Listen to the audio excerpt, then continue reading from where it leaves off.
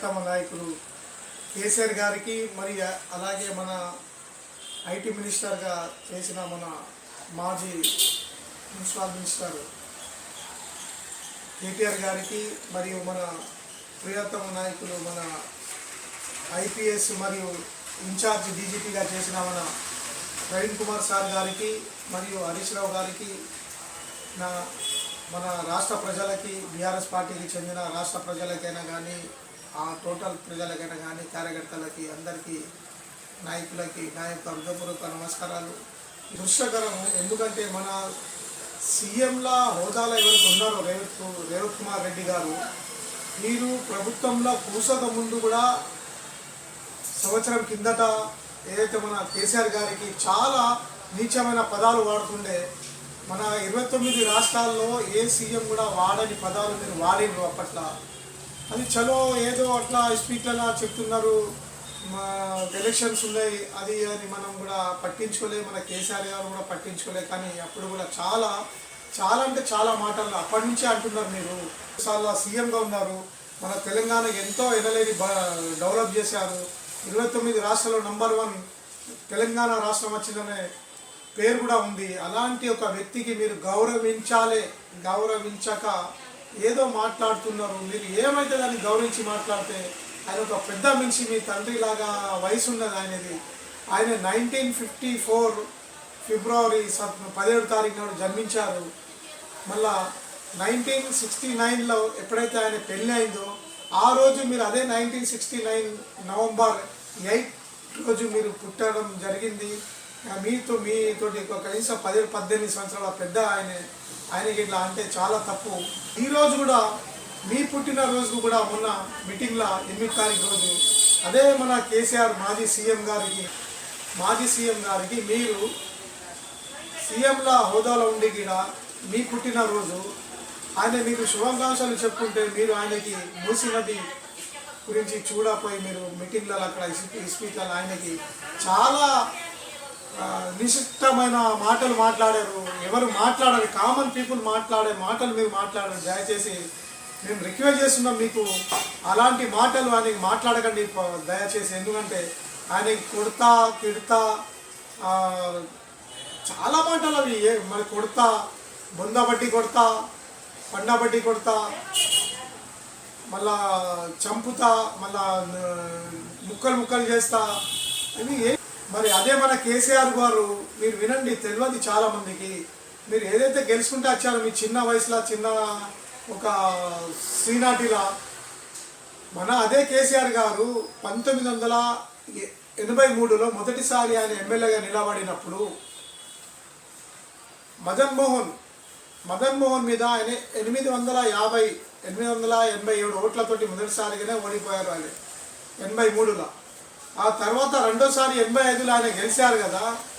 అప్పుడు ఆయనకి మెజార్టీ ఎంత వచ్చిందంటే మహేందర్ రెడ్డి మీద ఆయన గెలుపొందారు. అప్పుడు ఎన్ని ఓట్లు వచ్చినాయంటే 16,156 ఓట్లతోటి గెలుపొందారు ఆయన.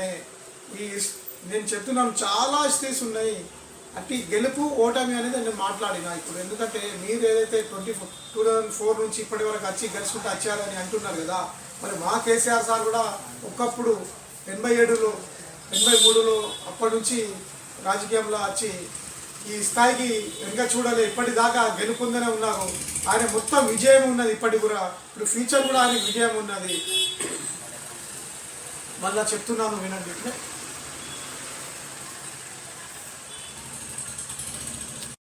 తర్వాత కేసీఆర్ గురించి మాట్లాడతా, వేరే చాలా ఉన్నాయి మాట్లాడతా. వీడియో చూసేటప్పుడు కూడా చూడండి. ఇది 3 నుంచి 4 క్లిప్లు ఉంటాయి, ఒక్కొక్క 5-6 నిమిషాలు ఉంటాయి. మొత్తం చూడండి మీరు. ఇప్పుడు మన ఏదైతే సీఎంగా సీట్ మీద కూర్చున్న తర్వాత ఇదే మన కేసీఆర్ గారు 2,91,156 కోట్ల రూపాయలు ఏదైతే బడ్జెట్ పెట్టారో, కాంగ్రెస్ ప్రభుత్వం వచ్చిన తర్వాత ఆ బడ్జెట్ మీద కూర్చొని వాళ్ళు ఏ రకంగా చేయాలి అన్నట్టు ప్రజలకి చేసుకుంటా మళ్ళీ బడ్జెట్ని పెంచుకుంటా వెళ్ళాలి. కానీ మీరు అలా చేయలే. మీ మేనిఫెస్టోలో 6 గ్యారంటీలా చాలామందికి కళ్యాణ లక్ష్మికి పెంచారు, రైతు భరోసా పెంచారు, హ్యాండిక్యాప్ పెన్షన్ పెంచారు. అంటే రెట్టింపు ఇస్తా అని అన్నారు, పెంచారంటే ఇయ్యలే, ఇస్తా అని అనుకున్నారు, ఇస్తా అని అన్నారు కదా. మళ్ళా రైతు భరోసా, మళ్ళా గృహలక్ష్మి, మళ్ళా డబుల్ బెడ్రూమ్స్, మళ్ళా హెల్త్ కార్డు 10 लाख 15 लाख 5 లక్షలు ఎంతో, మళ్ళా యువకులకి 2000 5000 సాలరీస్ చెప్పున అట్లా ఇస్తా అన్నారు, జాబ్స్ ఇస్తా అన్నారు. ఏదేదో నోటికి వచ్చినాయి అన్ని స్పీడ్లో రాసి చెప్పేశారు. అవి సరే ఓకే చెప్పేశారు, కానీ మీకు కూడా తెలుసు, ఇప్పుడు రాష్ట్ర ప్రజలకి మా తాలూకా ప్రజలకి అందరికీ తెలుసు ఈ వీడియో ద్వారా. ఎందుకంటే మీరు 6 గ్యారంటీలలో ఒక్కటి కూడా సక్సెస్ చేయలే. ఎందుకంటే నేను చెప్తున్నాను వినండి, మీరు కూడా వినండి, అందరు వినండి. మనకు 2,91,156 కోట్ల రూపాయలు ఏవైతే ఉన్నాయో అందులో మన 1,40,000 కోట్ల రూపాయలు మన 1,40,000 కోట్ల రూపాయలు మన ప్రభుత్వ ఉద్యోగాల సాలరీస్ వెళ్తాయి. మళ్ళీ మిగతా ప్రభుత్వ రిటైర్ ఏవైతే అయిందో వాళ్ళకి పింఛన్గా రూపంలో వెళ్తాయి. 1,40,000 రూపాయలు పోతే, కోట్ల రూపాయలు పోతే 1,51,000 కోట్ల రూపాయలు మిగిలి ఉంటాయి.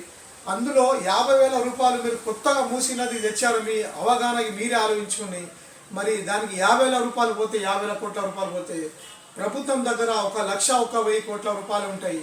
మరి 1,01,000 కోట్ల రూపాయల 42 లక్షల మందికి, 42 లక్షల రైతులకి మీరు రుణమాఫీ ఇస్తారని 17,22 లక్షల మందికి రైతు బీమాగా మన రుణమాఫీగా రైతులకి 22 లక్షల మందికి 17,934 కోట్ల రూపాయలు ఇచ్చారు. మళ్ళా 20 లక్షల మందికి 9,000 కోట్ల రూపాయలు ఇస్తా అని వచ్చారు. మొన్న ఇస్తామని మన బట్టి విక్రమార్క గారు కూడా, డిప్యూటీ సీఎం గారు కూడా చెప్పారు. మొత్తం కలిపితే 25,000 కోట్ల రూపాయలు అవుతాయి. దేనికి? రుణమాఫీకి.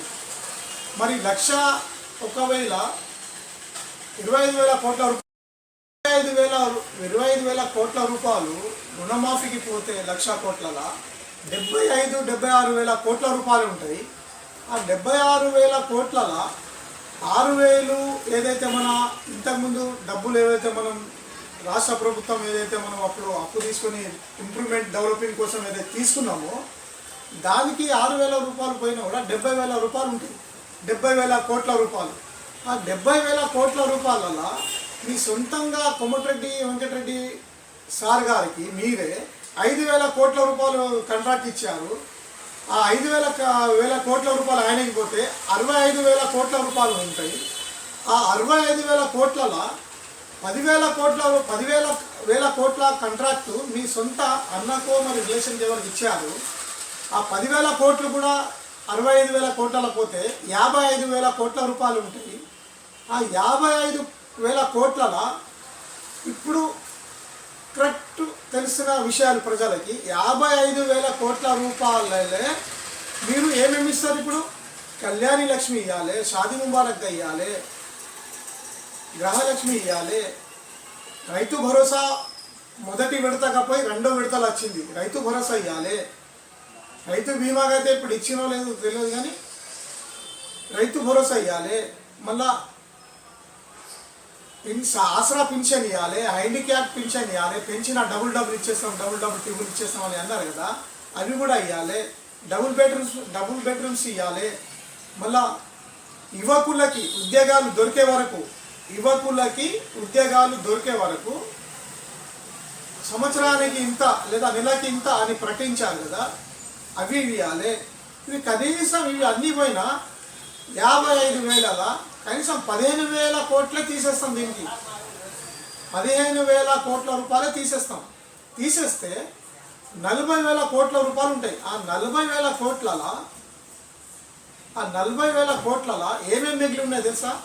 నేను చెప్తా వినండి.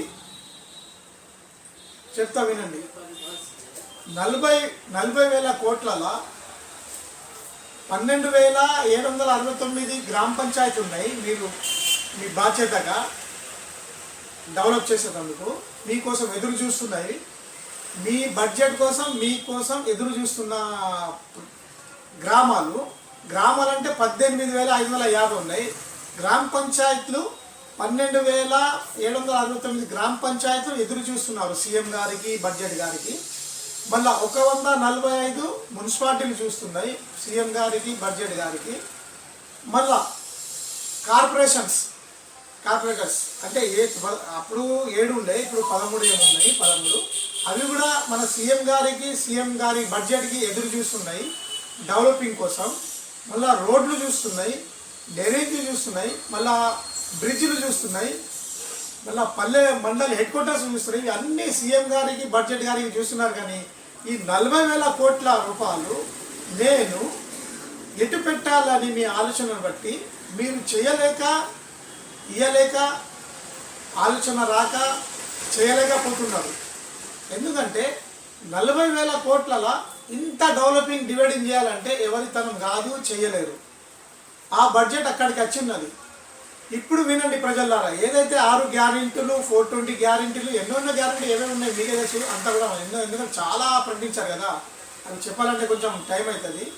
ఆ గ్యారెంటీలు ఈ 40,000 కోట్ల రూపాయలకి చెందింది. ఈ 40,000 కోట్ల రూపాయలు దీన్ని ఇవ్వగలుగుతారా? ఒకవేళ ఇస్తే ఇయ్యక ముందు అట్టిగా పేపర్లోనే ఇన్స్ట్రుమెంట్ రాసి పంపినా కూడా సరిపోతాయి. వివరంగా ఎన్నో ఇవ్వాలి. మళ్ళా ఈ బడ్జెట్ ఉన్నది ప్రజలారా, కార్యకర్తలారా, రైతులారా, చూడండి ఇది ఈ బడ్జెట్ మన రాష్ట్ర ప్రభుత్వంది. అంటే అది కూడా రెడీమేడ్, కష్టం పడలే చేయలే, అట్టిగా రెడీమేడ్ బడ్జెట్ వచ్చిన దానికే మెయింటైన్ చేయలేక ఇట్లా పరిశ్రమ అవుతున్నారు. మళ్ళీ ఇంకోటి 85,000 కోట్ల రూపాయలు కూడా మీరు అప్పుగా ఒకటే 10 నెలల్లో అయిపోయారు. 85,000 కోట్ల రూపాయలు. అదే మన కేసీఆర్ గారు ఆయన హయాంలో 9.5-10 సంవత్సరాల్లో 4.5, చాలామంది 6-7 లక్షల కోట్లు అంటారు కానీ లేదు, 4,50,40,000 కోట్ల రూపాయలే వాళ్ళ తీసుకున్న అప్పు. మళ్ళీ చెప్తా దీనికి. అయితే మీరు ఈ రకంగా మీరు చేయకండి. మీరు మూసీ నదికి ఏదైతే 50,000 కోట్లు పెడుతున్నారో అవి రిటర్న్ ఒకవేళ మీతోటి అయితే చేసుకోండి. లేకపోతే ఎంత 50,000 పనులు జరిగితే అంతే చేసి నెక్స్ట్ ఇయర్ మళ్ళా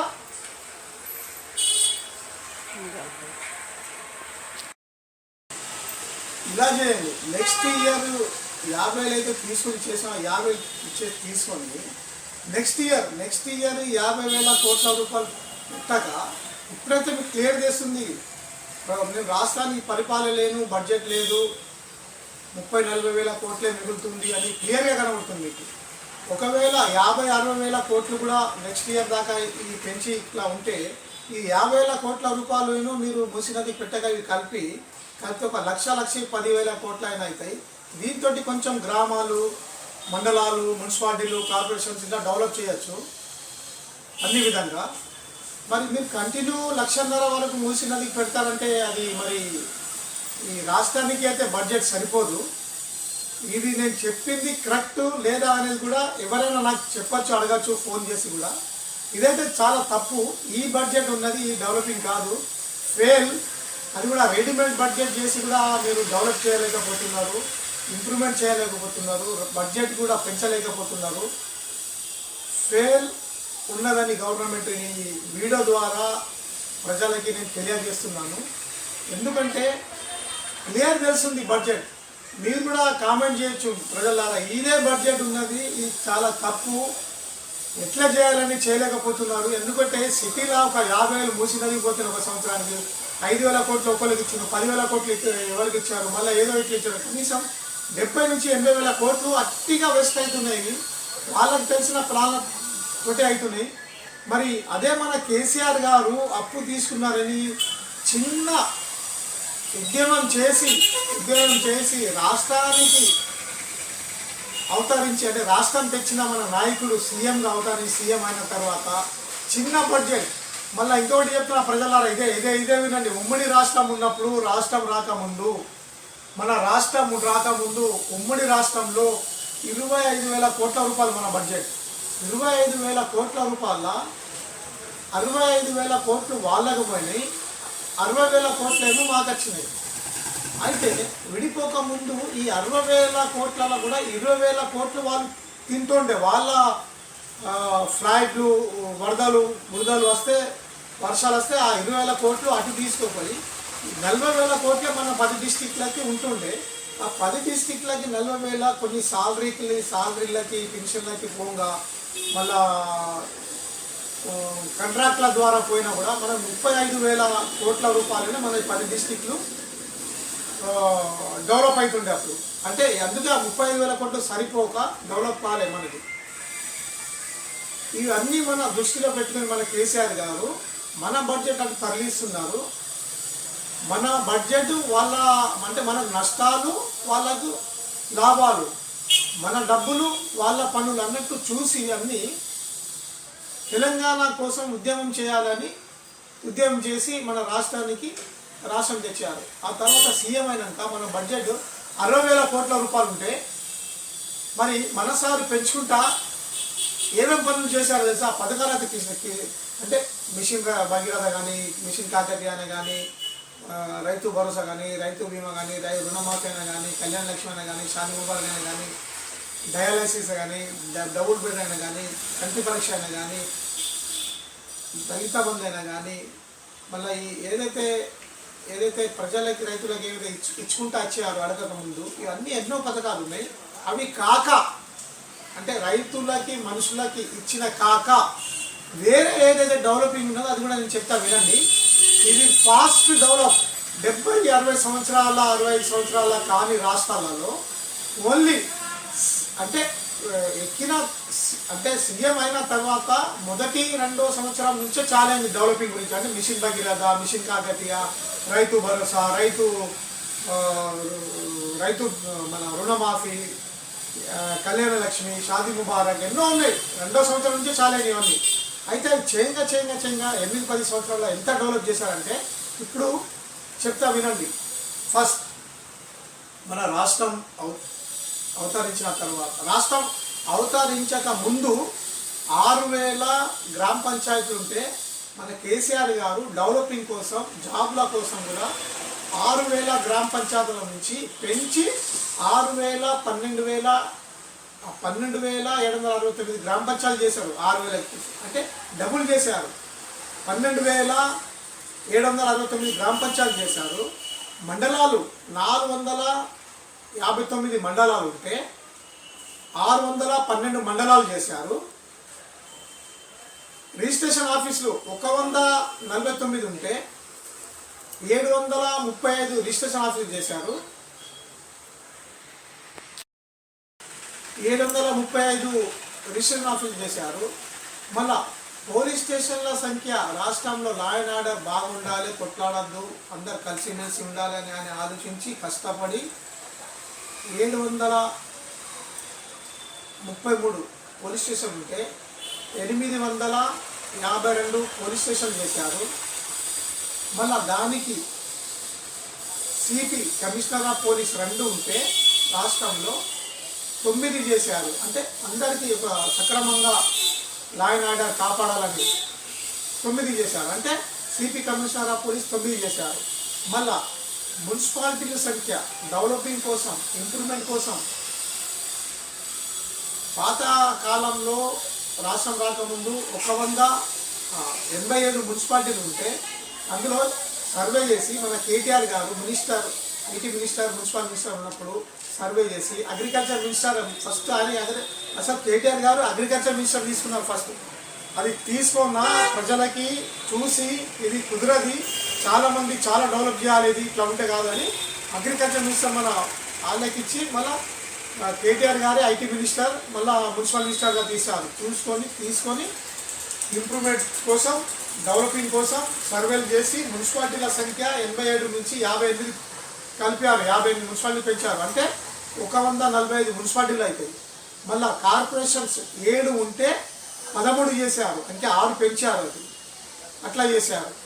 మళ్ళా డిస్టిక్లు 10 ఉంటే 33 డిస్టిక్లు చేశారు. ఇది మాటలలో 10 నిమిషాలు అవుతుంది కానీ 10 సంవత్సరాలు అయినా అవి చేయాలంటే. అంత కష్టపడిన మా సారు కొత్త సంసారంలో కొత్త పథకాలు తెచ్చి రాష్ట్రానికి ఎంతో చేశారు. సరే కంటిన్యూ చేస్తాం. 33 డిస్ట్రిక్ట్లు చేశారు. 33 కలెక్టర్ అంటే కలెక్టర్ ఆఫీసే అంటారు డైరెక్ట్ ఎవరైనా, కానీ కలెక్టర్ ఆఫీస్ పక్కన ఒక ఎస్పీ ఆఫీస్ ఉంటుంది, సూపరింటెండెంట్ ఆఫ్ పోలీస్. ఆ తర్వాత డిఎంహెచ్ఓ ఆఫీస్ ఉంటుంది, డిస్ట్రిక్ట్ మెడికల్ హెల్త్ ఆఫీస్. మళ్ళీ డిఈఓ ఉంటుంది, డిస్ట్రిక్ట్ ఎడ్యుకేషన్ ఆఫీస్. మళ్ళీ ఫారెస్ట్ ఆఫీస్, మళ్ళీ ఫైర్ స్టేషన్ ఆఫీస్. ఇన్ని ఆఫీసులు మన ఏకంగా అక్కడ డిస్ట్రిక్ట్ హెడ్ క్వార్టర్కి ఉంటాయి. ఇవి ప్రజలకి దగ్గర చేశారు. మార్నింగ్ వెళ్ళి ఈవినింగ్ వచ్చేస్తాను పనులు చేసి. ఇది చాలా అందుబాటులో వచ్చింది. మళ్ళీ ఆ కలెక్టర్ ఆఫీస్ కూడా ఎంత అందంగా ఉన్నాయంటే చాలా సులభంగా పనులు అవుతున్నాయి. ఎవరి పోయినా కూడా రెస్పెక్ట్ మంచి పనులు అవుతుంది. అంటే మొత్తం చేసి ఒక హోదాలో పెట్టేశారు అందరు. అంటే ఇప్పుడు ఇంకొకటి మన హైదరాబాద్ సిటీలో కూడా ఒక సెక్రటరీ ఏదైతే కట్టడం జరిగిందో, సెక్రటరీ కూడా కొన్ని వందల సంవత్సరాల చరిత్ర కోసం ఇప్పుడు కట్టడం జరిగింది. అది ఎందుకంటే ఆ సెక్రటరీలో కూడా చాలా మంచి ప్రశాంతమైన పనులు జరుగుతున్నాయి, చాలా సక్రమ పనులు జరుగుతాయి. అందులో మన సెక్రటరీ మేడం ఏదైతే శాంతి కుమారి మేడం ఉన్నారో ఆయన చాలా మంచిగా కృషంగా పనిచేస్తున్నారు. హైట్స్ ఆఫ్ మన శాంతి కుమారి మేడం కూడా అక్కడ స్టాఫ్లకు కూడా. కానీ ఇప్పుడు వ్యతిరేకం కొంచెం పనులు నడుస్తున్నాయి. ఇంకొకటి మళ్ళా ఇదే రకంగా ఇదే మన చేసిన తర్వాత మళ్ళా మన భారతదేశంలో 29 రాష్ట్రాలలో రాష్ట్రపతి గారు అవార్డుల సంఖ్య పెంచి ఒక అవార్డులు ఇచ్చారు. మన గ్రామ పంచాయతీ అవార్డులు సెలెక్ట్ అయితే అందులో దేశంలో 40 అవార్డులు ప్రకటించారు. ఆ 40 అవార్డులలో మన రాష్ట్రంలో 19 అవార్డులు వచ్చినాయి. అది కూడా మన రాష్ట్రం దగ్గర మన కేసీఆర్ గారి గ్రామ పంచాయతీ డెవలప్ చేస్తాం కదా, అది వచ్చినాయి. సగం అయితే మొత్తం మనకి వచ్చినాయి 29 రాష్ట్రాలలో. మన రీసెంట్లీ కూడా 185 మళ్ళా రెండో సర్వేలో కూడా సెలెక్ట్ చేస్తే అందులో కూడా మన రాష్ట్రంలో దేశంలో 185 అయితే మన రాష్ట్రంలో 8 సెలెక్ట్ అయినాయి. 8లో కూడా మన కౌతాల మండలి చెందింది కూడా ఒక మన జీపీ కూడా అలా సెలెక్ట్ అయింది, అవార్డు వచ్చింది. ఇంత ఘనకార్యం చేసిన మన కేసీఆర్ గారు ఇంకొకటి మన ఇంత డెవలప్ చేసినా కూడా ఇంకోటి మన బడ్జెట్ విషయంలో ఏదైతే అంటున్నారో అప్పు తీసుకున్నారు అని, అప్పు తీసుకున్నది మన భారతదేశంలో 6వ స్థానంలో 26వ స్థానం. మనకన్నా ముందు 25 రాష్ట్రాలు ఉన్నాయి అప్పు తీసుకున్నాయి. మనం 26వ స్థానంలో ఉన్నాం. డెవలపింగ్లో అయినా ఫస్ట్ ఉన్నాం, నెంబర్ 1లో. ఇది నిజమా అబద్ధమా అని మీరు కనుకోండి. అది అప్పు ఎందుకు తీసుకుంటారు అంటే డెవలపింగ్ కోసం తీసుకుంటారు. డెవలపింగ్ కోసం ఇప్పుడు అమెరికా ఉన్నది, అమెరికాలో డెవలపింగ్ కోసం గత 100 సంవత్సరాల కింద నుంచి డెవలపింగ్ ఎందుకున్నది, అది అప్పు తీసుకుంటుంది. అప్పు తీసుకుని డెవలప్ అవుతుంది. ట్రిలియన్ 24 నుంచి 25 ట్రిలియన్ డాలర్స్ అప్పు ఉన్నది అది అమెరికా. మళ్ళా అదే అమెరికా పక్కన చైనా 18 నుంచి 20 ట్రిలియన్ డాలర్స్ ఉన్నది అప్పు. మరి మన 7-6 లక్షల 5 లక్షల రూపాయల కోట్లకే బాగా అయినాయి అంటున్నారు.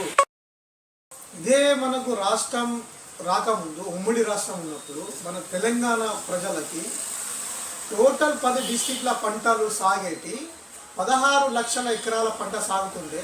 మరి ఇదే మన కేసీఆర్ గారు ప్రభుత్వం వచ్చినాక టోటల్ 85 లక్షల ఎకరాల పంట సాగుతుందంటే చాలా గ్రేట్ కదా ఇది మన రాష్ట్రంలో.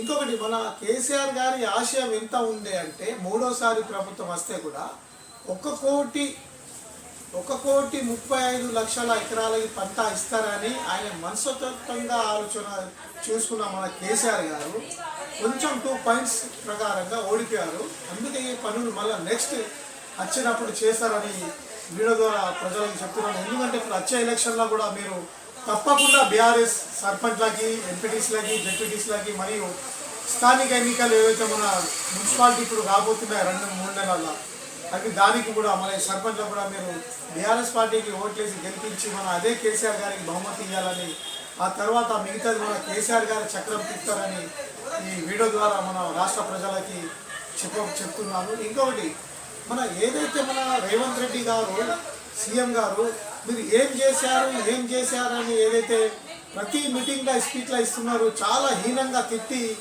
ఇంత హీనంగా అంటే చాలా కామన్ పీపుల్ మాట్లాడేటట్టు ప్రతి స్పీచ్లో మాట్లాడుతుంది. దయచేసి ఆయనకి మాటలు మాట్లాడొద్దని ఈ వీడియో ద్వారా చెప్తున్నాను. ఎందుకంటే మీరు ఒక హోదాలు ఉన్నారు. మన కేటీఆర్ ఇప్పుడు ఇంతకుముందు నేను కేసీఆర్ గారు ఏం చేశారని నేను చెప్పాను. కానీ ఇప్పుడు మన కేటీఆర్ గారు ఐటీ మినిస్టర్, మున్సిపల్ మినిస్టర్ ఉన్నప్పుడు కూడా ఏం చేశారని నేను చెప్తున్నాను, వినండి. మన రాష్ట్రంలో ఉద్యోగాలు ఏదైతే ఇయ్యలేని అంటున్నారో, ఇదే మన కేసీఆర్ గారు 9 సంవత్సరాలు 9.5 సంవత్సరాల వల్ల 1,70,000 నుంచి 75,000 లక్షలకి 1,75,000 మందికి మన ఉద్యోగాలు ఇచ్చారు. గవర్నమెంట్ ఉద్యోగాలు ఇచ్చారు. ఇదే మన కేటీఆర్ గారు ఐటీ మినిస్టర్ ఉన్న తర్వాత 5.5 లక్షల మందికి ఐటీ ఉద్యోగాలు ఇచ్చారు. మళ్ళా ఇదే మన కేటీఆర్ గారు మన రాష్ట్రంలో 17 లక్షల అంటే 25,000 ఇండస్ట్రీలు పెంచి 25,000 ఇండస్ట్రీలు పెంచి 17 లక్షల మందికి ఉద్యోగ అవకాశాలు ఇచ్చారు. అంటే టోటల్ 24 నుంచి 25 లక్షల మందికి ఉద్యోగ అవకాశాలు ఇచ్చారు. ఇది ప్రపంచంలో అంటే మన భారతదేశంలో వినలేని గిన్నిస్ రికార్డ్. ఎందుకంటే ఏ రాష్ట్రంలో కూడా ఇంత ఉద్యోగాల అవకాశాలు ఈ 10 సంవత్సరాలు కాదు, వాళ్ళు 60 సంవత్సరాలు 70 సంవత్సరాలు కూడా ఇవ్వలేకపోయారు.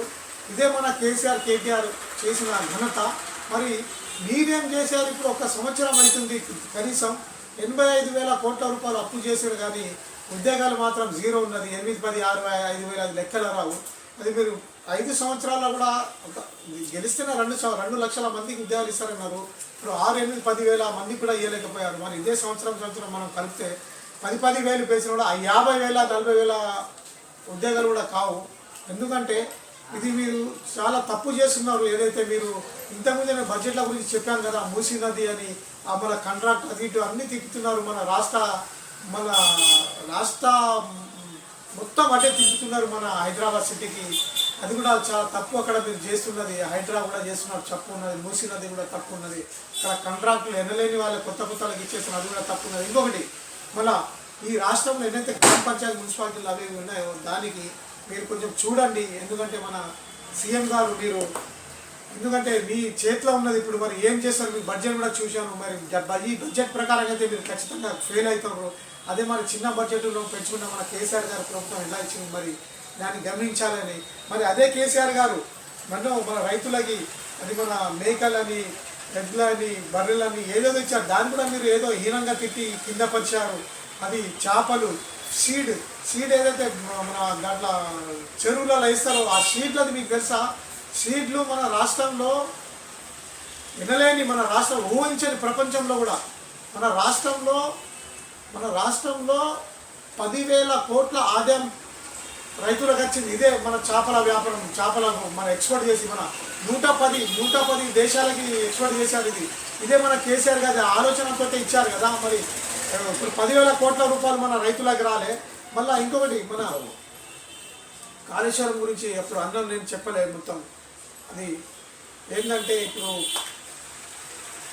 మన ఎంతైతే అనబోయినరో వాళ్ళు కాళేశ్వరం గురించి ఎన్నైతే చెప్పారు మీరు, అది అంతా బోకస్ ఉన్నది. ఎందుకంటే 1,00,000 కోట్లగా మొత్తం అక్కడ కనీసం అన్ని డబ్బులు జరిగాయి. ఇంకోటి, మన చిన్నగా క్రాక్ వస్తే కూడా మేము ఇంత పెద్ద మాటలు తేవదీస్తున్నాం. మరి 1957లో మన కడం ప్రాజెక్ట్ ఏదైతే ఉన్నదో 1957లో ఇనాగ్రేషన్ అయింది.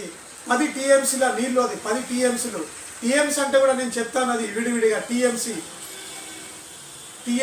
అంటే 10 TMCల నీళ్లు ఉండే కడం ప్రాజెక్ట్కి వరదలు వచ్చి అంటే 30 TMCల నీళ్ళు వచ్చింది. ఇనాగ్రేషన్ అయిన 8-10 రోజులకి కూలిపోయింది. అది కూలిపోయినప్పుడు 500 మంది చనిపోయారు. మరి ఆ ప్రాజెక్ట్ గురించి ఏదైనా ఉన్నా? మన అమెరికాలో 95,000 డ్యామ్లు ఉన్నాయి. అక్కడ 95,000 డ్యామ్లలో 25,000 డ్యామ్లకి తీసేసి కొత్త కట్టారు. 8 తారీఖు బర్త్డే రోజు ఇది కూడా అన్నారు మన రేవంత్ రెడ్డి సారు. ఏమన్నారంటే కాళేశ్వరంలో డబ్బులు తిన్నారు, 1,00,000 రూపాయలు తిన్నారు అని అన్నారు. 1,00,000 రూపాయలు తింటే మరి అది పేపర్ మీద ఇట్లా ప్లానింగ్లా ఉన్నదా, లేదా ఇట్లా కట్టడాలు జరిగినాయి? అక్కడ కట్టడాలు జరిగితే డబ్బులు ఖర్చు అవుతాయి కదా. 1,00,000 కోట్ల రూపాయలు ఇట్లా లేదు కదా. పేపర్ మీద ఉంటే తిన్నట్టు, అది భూమి మీద కట్టడం జరిగితే తినలేనట్టు. తిన్నారని ఎప్పటిదాకా బదనాం చేస్తాను. నేను చెప్తా వినండి, కాళేశ్వరంలో ఏమేమి పనులు జరిగినాయి, ఏమేమైనాయి ప్రజలకు కూడా తెలియాలి. తెలియదు కదా, ఎందుకు చెప్తారు ప్రజలకి? ఏదో ప్రజలకి ఎవరు చెప్పరు, కానీ మేము చెప్తున్నాం వినండి. ప్రజలకు చెప్పారు ప్రభుత్వం. కాళేశ్వరంలో ఏం జరిగిందంటే అక్కడ 3 బ్యారేజ్లు కట్టారు, చాలా మంచి బ్యారేజ్లు దగ్గర. మళ్ళా రెండు ఏమో అండర్ గ్రౌండ్ పంప్ హౌస్లు ఉన్నాయి.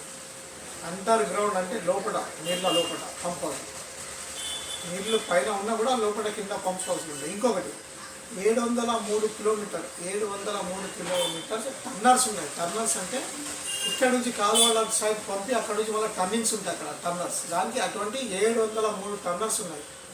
మళ్ళీ అల్లనే 1800 కిలోమీటర్ ప్రభుత్వానికి చెప్తున్నా, 1800 కిలోమీటర్ కాలువలు ఉన్నాయి. ఆ కాలువలు దేనికి? పంట పొలాలకి నీళ్ళు వెళ్ళేటప్పుడు రైతులు పుష్కలంగా పంటలు వెళ్ళి సంతోషంగా జీవించడానికి 1800 కిలోమీటర్స్ ఉన్నాయి. మళ్ళా 22 పంప్ హౌస్లు ఉన్నాయి, 22 లిఫ్టులు ఉన్నాయి, 22 లిఫ్టికేషన్స్ ఉన్నాయి. మరి ఇవి పైసలు కట్టకపోతే వచ్చినాయా? తెలియాలి కదా ప్రజలకి. ఇది పైసలు కడితే ఈ కట్టడం జరిగినాయి కదా. మళ్ళా ఇక్కడ ప్రపంచంలో ఏ డ్యామ్లో లేని పైపులు ఉన్నాయి అక్కడ. పైపులు పెద్దవి, పైపులు ఎంత పెద్దగా ఉంటాయి తెలుసా? పైపులు 24 కిలోమీటర్లు ఒక్కొక్క పైపులు 2 ఉన్నాయి. ఆ టర్నర్స్కి ఈ పైపులు కలిపి జాయింట్ చేసి ఉంచారు. అందులో లారీలు కూడా పోతాయి. అటువంటి పైపులు ఉన్నాయి పెద్ద పెద్దవి. బహుబాలి దాని పేరు, బహుబాలి అని పేరు పెట్టారు ఆ పంపులకి. అటువంటి 2 పంపులు 24 కిలోమీటర్లు ఒక్కొక్క పంపు ఉన్నది. ప్రపంచంలో ఏ డ్యామ్కి లేదు అది. మరి ఇంత కట్టడం జరిగింది. అది కూడా అది ప్రాజెక్టు కనీసం 7-8 సంవత్సరాలు నడుస్తుందని ఆ ప్రాజెక్టు తీశారు. మన కేసీఆర్ గారి తెలివితోటి మంచిగా అడ్వైజ్ ఇచ్చుకుంటా చేసుకుంటా ముందుకు సాగారు కష్టపడి. అంటే అది కనీసం 4 సంవత్సరాలు అయిపోయింది. అది 4-5 సంవత్సరాలు అంటే 2019 జనవరి 21 రోజే దానికి ఇనాగ్రేషన్ అయింది.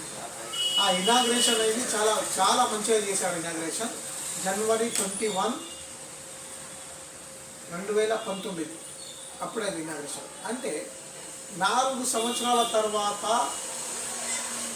ముడిగడ్డ ఏదైతే పిల్లర్స్ ఉన్నాయో 19వ పిల్లరు, 25వ పిల్లరు, ఏదో ఒక 2-3 పిల్లర్స్లకి కొంచెం క్రాక్స్ వచ్చినాయి. ఈ కట్టడం బాగలేదు, తిన్నారు డబ్బులు, ఇట్లా చేశారు అట్లా చేశారు ఎన్నో అప్పుడు కూడా స్పీచ్ ఇచ్చారు. ఇప్పుడు కూడా ఇస్తూనే ఉన్నారు, ఇప్పుడు కూడా విడిచిపెడతలేరు. మరి కట్టడం అంటే జరిగింది కదా. మరి ఇంత క్రాక్లు వచ్చి ఇట్లా అయితే మరి అదే కాళేశ్వరంకి కట్టక ముందు 16,40,000 కోట్ల ఎకరాలకు పని వస్తుంది. అప్పుడు కట్టక ముందు. కట్టిన తర్వాత 37 లక్షల ఎకరాలకి పంట సాగుతుంది. ఇప్పుడు అదే ఆ నీళ్ళతో కాళేశ్వరం ప్రజలకి. ఆ కాళేశ్వరం ప్రజలకి ఇప్పుడు నీళ్ళు ఎల్లంపల్లి ఎప్పుడు తీసుకోబోతున్నారు నీళ్ళు అదే దాన్ని. మరి 16,000 లక్షల ఎకరాలకు పంట సాగిపోయి ఇప్పుడు 37 లక్షల పంట సాగుతుంది కదా. మరి ఇదే రాష్ట్రంలో మన కేసీఆర్ గారు రాష్ట్రం రాకముందు అమెరికాలో 95,000 డ్యామ్లు ఉంటే అక్కడ 25,000 డ్యామ్లకి డిస్పోజల్ చేసి మళ్ళీ కట్టడం జరుగుతుంది. మరి చిన్న కాళేశ్వరం చిన్న గీతలు వస్తే, పిల్లర్ల గీత వస్తే మీరు దానికి అంతా దాన్ని వెనుకపడడానికి చాలా వ్యతిరేక మాట ఎప్పుడైనా సీఎం గారు, మన మాజీ సీఎం గారు, మనకు రాష్ట్రం తెచ్చిన సీఎం గారు మరి ఎప్పుడైనా గౌరవించారా? ఇక ముందైనా గౌరవించండి సార్ మీరు దయచేసి. ఇన్ని తప్పులు ఉన్నాయి. నేను చెప్తున్నా కదా, మరి కడం ప్రాజెక్టు 1 వారంలో కొట్టుకుపోయింది కదా. మరి ఈ 30 టీఎంసీలు వచ్చి దానికి ఎవరు బాధ్యతలు? మరి కట్టడం. ఇంకోటి కాళేశ్వరం ఎవరు కట్టిండ్రు? ప్రపంచంలో పేరున్న ఎల్ఎన్టీ కంపెనీ వాళ్ళు కట్టారు. ఎల్ఎన్టీ కంపెనీ వాళ్ళ బడ్జెట్ ఎంత తెలుసా? 2,50,000 కోట్లతోటి వాళ్ళు ప్రాజెక్టులు కడతా ఉంటారు. 2,50,000 కోట్లతోటి. మరి వాళ్ళ కార్మికుల ఇంజనీర్స్ ఎంతమంది ఉన్నారు తెలుసా? 2,40,000 మంది ఉన్నారు కార్మికులు, ఇంజనీర్స్ వాళ్ళు ఏదైతే తీసుకుంటారో అది పక్క 100% గ్యారెంటీ ఉందని ఆ సర్వే చేసేటప్పుడు సర్వే చేయరు సార్. మళ్ళీ అదే ఎక్కడైతే మీరు ముడిగడ్డ అని అంటున్నారో మరి 13.5 మీటర్లు కిందికి దిగి అక్కడ భూమిలో నీళ్ళలా చూస్తేనే అది దాని విలువ తెలుస్తుంది. అంటే అది కరెక్ట్ ఉన్నదా లేదా అనేది. అంటే కనీసం 48 ఫీట్లు కిందికి దిగాలి. ఇంకా దాన్ని ఎందుకు అయింది అని కూడా ఇప్పటిదాకా కనుక్కోలే. మరి అలా అయింది ఇలా అయింది ఎందుకు అంటున్నారు సార్? మర్చిపోండి దయచేసి, అని చెప్పకండి. అవి అన్నీ ఏదేదో అంటున్నారు. నేను ఇప్పుడు రాష్ట్రానికి ఎట్లా పరిపాలించి అదే ఆలోచించా, బడ్జెట్ పెంచుకుంటా. కానీ లేనిపోని మాటలు అనకండి దయచేసి. ఎందుకంటే ఆయన ఒక పెద్ద మనిషి మన రాష్ట్రానికి. ఇప్పుడు ఎందరో మనకు స్వతంత్రం తెచ్చిన వాళ్ళు కూడా మేధావులు చాలామంది ఉన్నారు. అల్లెని కూడా మన కేసీఆర్ కూడా వచ్చే ఛాన్సెస్ ఉన్నాయి మన రాష్ట్రానికి. అలాంటి హోదా ఉన్నది మన సార్ని, అని గౌరవించాలి. సీఎంగా మీకు డెవలప్ ఇచ్చిన ఇంత ఘనత సాధించిన మన సీఎం గారి కనీసం మీరు ఎప్పుడైనా ఒకసారి మంచిగా స్పీచ్ ఆయన గురించి మంచి మాటలు చెప్పి గౌరవించి మాట్లాడాలని ఈ వీడియో ద్వారా మీకు చెప్తున్నాను. ఎందుకంటే ఇంకొక చెప్పకండి. ఇంకోటి లాస్ట్, ఇప్పుడు నెక్స్ట్ మన కాన్స్టిట్యున్సీ ఏదైతే ఉందో సిర్పూర్ కాన్స్టిట్యున్సీ ప్రజలకి నేను చెప్తున్నాను ప్రత్యేకంగా ఈ వీడియో. ఇది స్పెషల్ మన సిర్పూర్ కాన్స్టిట్యున్సీ కోసం నేను చెప్తున్నాను. ఇది 2018లో ప్రాసెస్ జరిగినాయి. కాన్స్టిట్యున్సీలు కొన్ని కొత్తగా అవుతాయని అదే ఇప్పుడు జరగబోయేది 28-9 ఎప్పుడైతే ఎలక్షన్స్ అవుతాయో అప్పుడు మన సిర్పూర్ కాన్స్టిట్యున్సీ ఏదైతే ఉండదో 7 మండలాలది 2 కాన్స్టిట్యున్సీ అయితే ఈ వీడియో ద్వారా చెప్తున్నాను. మన కాన్స్టిట్యున్సీ ప్రజలకి ఖచ్చితంగా అవుతాయి ఇవి. మన సిర్పూర్, కౌటాల, మానపల్లి, బెజ్జూర్ ఒకటే అవుతుంది. అంటే సిర్పూర్లో 16 గ్రామ పంచాయతీలు, మన కౌటాల మండల 20, మానపల్లిలో 19, బెజ్జూర్లో 22.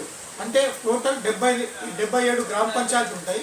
దానికి ఓటర్స్ ఎంతమంది ఉన్నారంటే 97 నుంచి 98,000 మంది ఉన్నారు. అది ఒక కాన్స్టిట్యున్సీ అవుతుంది. మళ్ళీ 30 మన మున్సిపాలిటీకి చెందిన 30 వార్డులు 58,000 ఓటర్స్.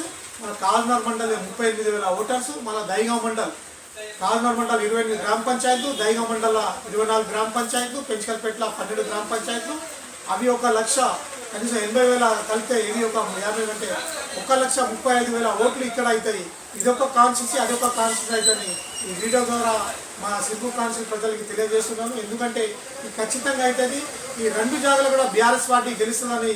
ఎందుకంటే ఎంత చిన్నగా అయితే అంత మంచి ఓట్లు కూడా మనం గెలిచి మన ప్రవీణ్ కుమార్ సార్ తప్పకుండా గెలిచి డిప్యూటీ సీఎం అవుతారు. ఈ వీడియో ద్వారా చెప్తున్నాను. ఖచ్చితంగా మా ప్రవీణ్ కుమార్ సార్ తప్పకుండా డిప్యూటీ సీఎం అవుతారు. ఈ వీడియో ద్వారా తెలుపుతున్నాం మన తాలూకా ప్రజలకి.